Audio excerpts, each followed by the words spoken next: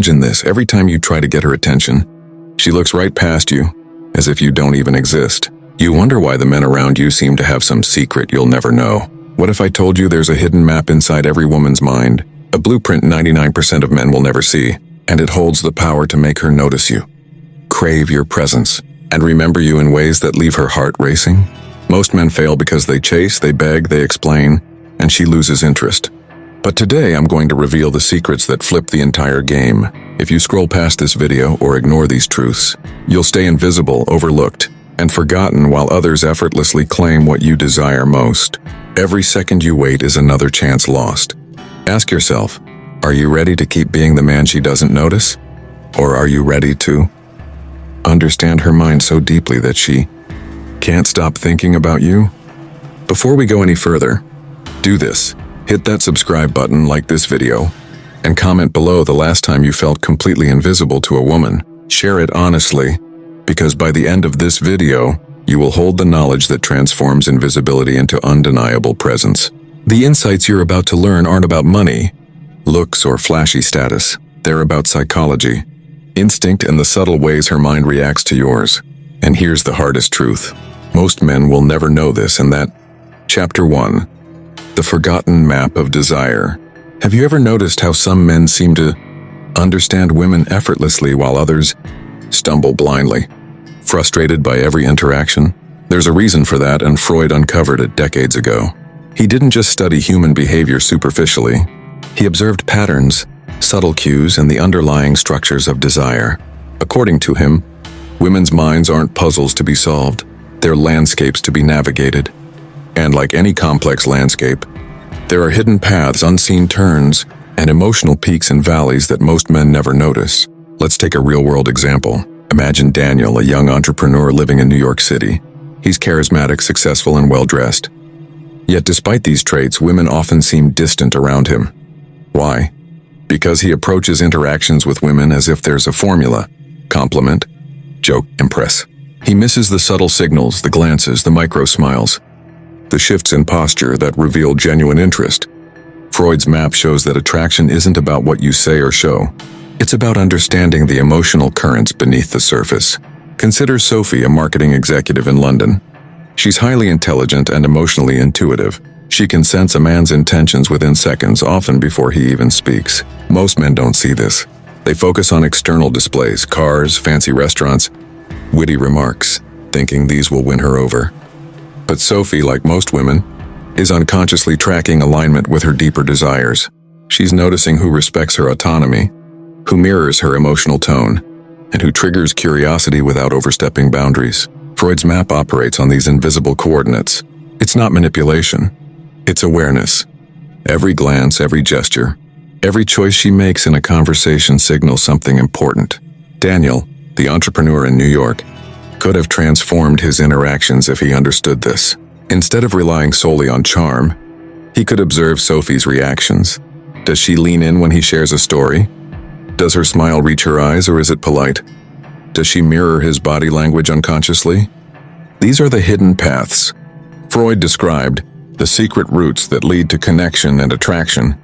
Most men fail because they treat desire as a linear path. They think, say the right words, make the right impression, and the woman will respond. Freud shows us it's far more complex. Desire flows through emotional signals, subconscious patterns, and subtle behavioral cues. When a man learns to read these, he can navigate her landscape confidently.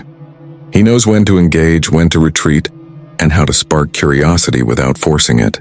That's the power of the forgotten map of desire. Chapter 2. The Hidden Signals Women Give. Freud discovered one of the most fascinating aspects of female psychology.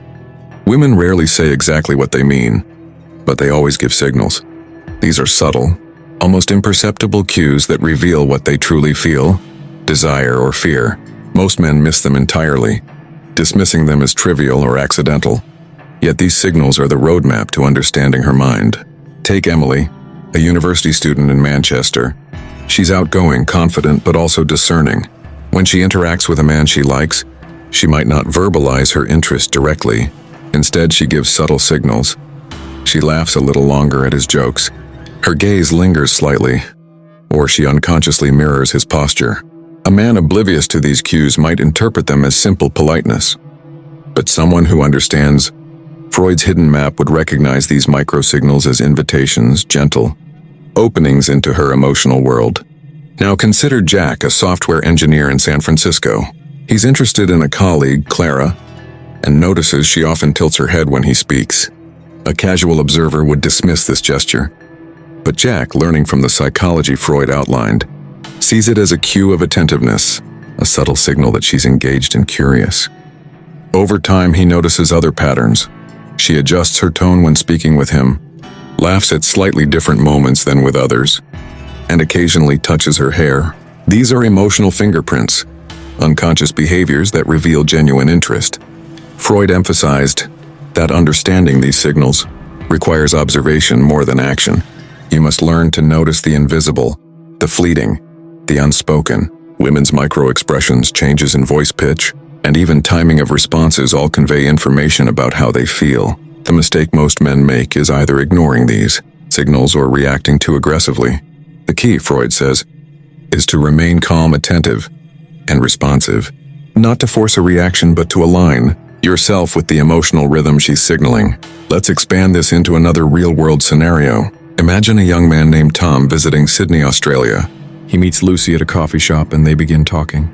Lucy's gestures are subtle, a slight lean forward when he speaks, a softening of her eyes, a laugh that seems more intimate than ordinary.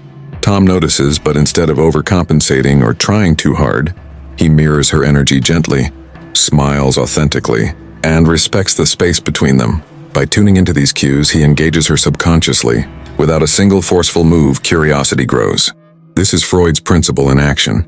Recognizing and responding to hidden signals builds connection far more effectively than overt attempts to impress.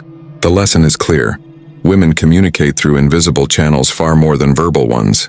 Learning to notice these hidden signals and responding in ways that align with her subconscious desires is the essence of mastering attraction. The men who understand this map, who pay attention to the unspoken, create deep emotional resonance. They are not manipulating. They are navigating a landscape, connecting authentically and sparking genuine intrigue. Chapter 3. The Emotional Architecture of Desire. Have you ever wondered why some men can captivate a woman without saying much at all, while others struggle despite all their efforts? Freud called this the emotional architecture of desire. It's the framework within a woman's mind where attraction, curiosity, and longing are built, not through flashy gestures, but through carefully aligned emotional signals. Understanding this architecture is like holding a blueprint of her subconscious mind, allowing you to navigate her emotions with precision and subtlety. Imagine Alex, a young professional living in Toronto. He's charming, articulate, and has a successful career in tech. Yet he notices that many women around him seem hesitant to engage on a deeper level. The problem isn't his personality, it's that he's ignoring structural dynamics of emotional connection. Freud's insights teach us that women are drawn to men who create a rhythm with their emotions, a pattern that mirrors curiosity, confidence, and control. Women don't just want someone who's charming. They want someone who can emotionally resonate without trying too hard, someone who can lead the unspoken conversation. Take Sarah, a journalist in Los Angeles. She recounts meeting Ethan at a networking event. Ethan didn't try to impress her with stories of wealth or achievements. Instead, he asked questions that showed genuine curiosity about her thoughts, listened attentively, and reflected emotions subtly through his tone and gestures. Over time, Sarah found herself increasingly drawn to him, not because of what he said, but because of how he made her feel. This is the hidden power of emotional architecture. Attraction is built in the spaces between words and mirrored emotions, in the subtle signals that create subconscious comfort and curiosity. Men often make the mistake of rushing this process. They focus on external displays, sports cars, designer suits, or witty one-liners, thinking these alone can generate desire. But desire is constructed internally. When a woman subconsciously feels understood, emotionally safe, and subtly challenged, her attraction grows. She's not consciously aware of every detail, but her subconscious mind is actively mapping the man's emotional landscape, evaluating whether he aligns with her internal rhythms. Consider this in a British context. Oliver, living in London, met a woman named Emily at a cafe near Hyde Park. Emily was intelligent, articulate and naturally cautious around new people. Oliver didn't immediately try to impress her with accomplishments. Instead, he mirrored her expressions, matched her pace in conversation, and shared personal anecdotes at just the right moments. Each subtle move communicated understanding and confidence. Over time, Emily's initial caution transformed into curiosity, and curiosity into genuine attraction. This was emotional architecture in action, the gradual, unconscious building of desire through alignment and emotional resonance. The lesson here is clear. Attraction isn't manufactured through grand gestures or relentless pursuit. It is crafted quietly, thoughtfully, and intentionally through an understanding of her emotional architecture. Men who can navigate this landscape without overstepping or forcing engagement create magnetic appeal. Women notice this unconsciously, and their attraction grows naturally, often leaving them surprised by how effortlessly they feel drawn to him. Chapter 4. Curiosity triggers and the unseen dance. If emotional architecture is the framework, then curiosity triggers are the keys to unlocking it. Freud noticed that women respond powerfully to elements that challenge their expectations while staying within the bounds of emotional safety. This creates what can be described as an unseen dance, a back and forth interaction where tension, intrigue, and subtle challenge generate attraction. Take James, a banker in New York City. On his first date with Lauren, a marketing executive, he didn't reveal everything about himself immediately. Instead, he hinted at personal experiences, left questions unanswered, and allowed Lauren to piece together his story gradually. Lauren found herself thinking about him long after the date, analyzing every word, gesture, and subtle tone. This is the unseen dance. Curiosity builds desire, and desire fosters deeper engagement. Freud emphasized that women often communicate interest indirectly.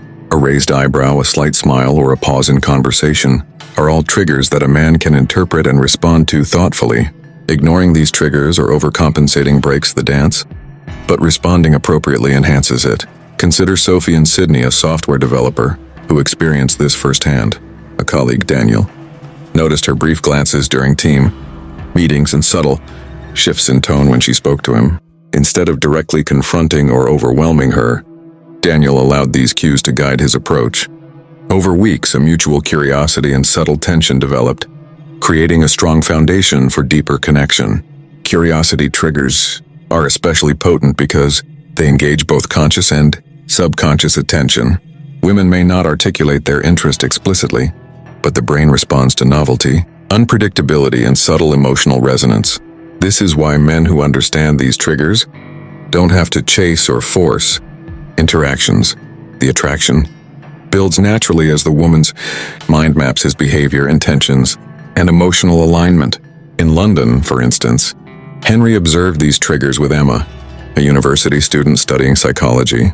Emma laughed at small jokes, lingered slightly when saying goodbye, and made indirect references to shared interests. Henry mirrored these behaviors subtly and added playful hints about his own experiences without overexposing himself. Emma's curiosity escalated naturally. She wanted to know more, engage more, and see how far the connection could go. The unseen dance requires patience, observation, and emotional intelligence. It's not about gamesmanship or manipulation. It's about recognizing the hidden triggers and responding in ways that foster natural attraction. Men who master this dance understand the rhythm of engagement, the cadence of conversation, and the power of emotional suggestion. The result is magnetic appeal, where women feel drawn not just to actions but to the energy, confidence, and emotional presence of the man navigating her subconscious signals. Chapter 5. The Power of Subtle Dominance. Subtle dominance isn't about being aggressive, controlling, or overbearing. It's the quiet, confident energy that signals to a woman that you are someone with emotional stability, direction, and purpose. Freud's studies suggested that women are unconsciously attracted to men who exhibit a natural command over themselves and their environment. This doesn't mean dominating her. It means demonstrating self-possession, patience, and awareness, allowing attraction to build without force. Take Michael, a marketing strategist in New York City. On his first few encounters with Isabella, a graphic designer he met at a co-working space in Brooklyn, he didn't try to impress her with flashy words or exaggerated gestures. Instead, he maintained calm confidence. When conversations shifted to stressful topics, he remained composed, providing thoughtful insights without needing to assert superiority. Isabella noticed this immediately. There was an unspoken understanding that Michael could handle challenges without losing himself. His subtle dominance created curiosity and admiration, laying the groundwork for a strong emotional connection. Contrast this with men who overtly try to control interactions. These often repel women rather than attract them. Subtle dominance is about showing that your life has structure and purpose, while leaving space for her to engage freely. Consider Emma living in London, a young professional who frequented a local cafe. She described meeting Liam, a financial analyst, who never rushed conversations or sought approval. Instead, Liam would share his opinions confidently, respect her views, and subtly guide discussions toward engaging topics. The attraction grew quietly but powerfully. Emma often caught herself thinking about him days after they met. Drawn to his composed energy and sense of emotional control, the essence of subtle dominance lies in emotional consistency. Women instinctively sense when a man is unstable, insecure, or easily flustered, and this triggers subconscious avoidance. On the other hand, a man who remains grounded, calmly decisive, and gently leading the emotional rhythm can naturally inspire interest and admiration. Freud noted that this subtle energy acts as a trigger for desire, signaling reliability, competence, and the ability to provide a safe emotional space. In Sydney, for instance, Daniel, a software engineer, demonstrated subtle dominance when dating Sophie, a university lecturer. During their conversations, Sophie would often test boundaries with humor or slightly provocative questions. Daniel didn't react defensively. Instead, he responded with calm wit, reinforcing his presence without submission. Sophie felt intrigued and drawn to his balance of confidence and approachability, a clear demonstration of subtle dominance at work. The takeaway here is that attraction grows in environments where a man's emotional stability and self-assurance are evident. Subtle dominance isn't about controlling her. It's about showcasing your internal command and letting her curiosity, respect, and desire evolve naturally. Women are more likely to engage deeply when they sense that the man they are interacting with embodies both strength and empathy. Chapter 6: The Art of Selective Vulnerability. Vulnerability is a powerful tool when wielded correctly. Contrary to popular misconceptions, showing vulnerability doesn't make a man weak, it makes him human. Freud suggested that women are drawn to men who can balance strength with moments of genuine openness, creating emotional depth that fosters trust and attraction. Selective vulnerability is about sharing just enough to spark connection without compromising your sense of self. Imagine Alex living in Toronto who met Claire, a marketing executive. On their initial dates, Alex shared small personal anecdotes, challenges he had overcome, moments of self-doubt, and lessons learned. Each story was carefully chosen to highlight resilience and introspection, rather than insecurity. Claire found herself drawn to these glimpses of authenticity. She didn't just like his confidence. She admired his ability to be human, to share emotions in a controlled, thoughtful way. This selective vulnerability created a bond that was far stronger than superficial charm or bravado could achieve. Contrast this with men who overshare or reveal their insecurities too early. Such openness can overwhelm or push women away because it disrupts the subconscious balance of intrigue and emotional resonance. Selective vulnerability, however, introduces the right amount of emotional exposure at the right moment, creating tension, curiosity, and attraction simultaneously. Consider Sophie in London. She described meeting Henry at a gallery opening. Henry didn't flaunt his wealth, his travel experiences, or his career achievements. Instead, he shared stories of moments where he faced personal challenges and how he navigated them. Sophie was captivated, not by the stories themselves, but by Henry's ability to communicate strength and sensitivity simultaneously. This duality, the combination of resilience and openness, is exactly what Freud identified as a core mechanism of female attraction. The psychological impact is profound. When a man reveals his vulnerability selectively, it signals emotional intelligence, trustworthiness, and the capacity for intimacy. Women unconsciously evaluate this balance when deciding whether to invest emotionally. By combining subtle dominance from Chapter 5 with selective vulnerability, A man creates a magnetic allure that engages both conscious and subconscious attention. In the United States, consider David, a writer in Los Angeles. He met a woman named Rachel, an interior designer, who had experienced challenging relationships in the past. David didn't attempt to fix her or overshare his own struggles initially. Instead, he subtly revealed experiences that showed personal growth, resilience, and empathy. Rachel found herself increasingly attracted, intrigued by his depth and authenticity. The selective nature of his vulnerability kept her engaged and curious, eager to explore the connection further. The art of selective vulnerability is ultimately about timing, context, and emotional intelligence. Share too little and the connection feels shallow. Share too much and it feels overwhelming. The balance creates intrigue, fosters trust, and deepens attraction in ways that traditional approaches, showing off wealth, looks, or humor alone, simply cannot replicate. Chapter 7. The Unseen Pull of Emotional Independence. Emotional independence is one of the most misunderstood yet powerful aspects of male attraction. It's not about detachment, indifference, or coldness. It's about creating a life that is full, meaningful, and self-sustaining, so that a woman doesn't feel the pressure to complete you. Freud's exploration into the human psyche reveals that women are instinctively drawn to men who exhibit a strong sense of self, who are capable of handling their emotions, and who maintain a life that's abundant and interesting on their own. Take James, a software developer living in San Francisco. He was dating Hannah, a young marketing executive. From the very beginning, James demonstrated a calm, centered presence. He had a structured life, a solid career, weekly hobbies like rock climbing and photography, and a close circle of friends. But most importantly, he didn't make Hannah the center of his universe. He valued his time, respected boundaries, and maintained emotional stability even when tensions arose. This independence wasn't arrogance, it was quiet, confident, and magnetic. Hannah found herself drawn not just to James's personality, but to the freedom she felt when she was with him. No drama, no need to fix him, just authentic engagement.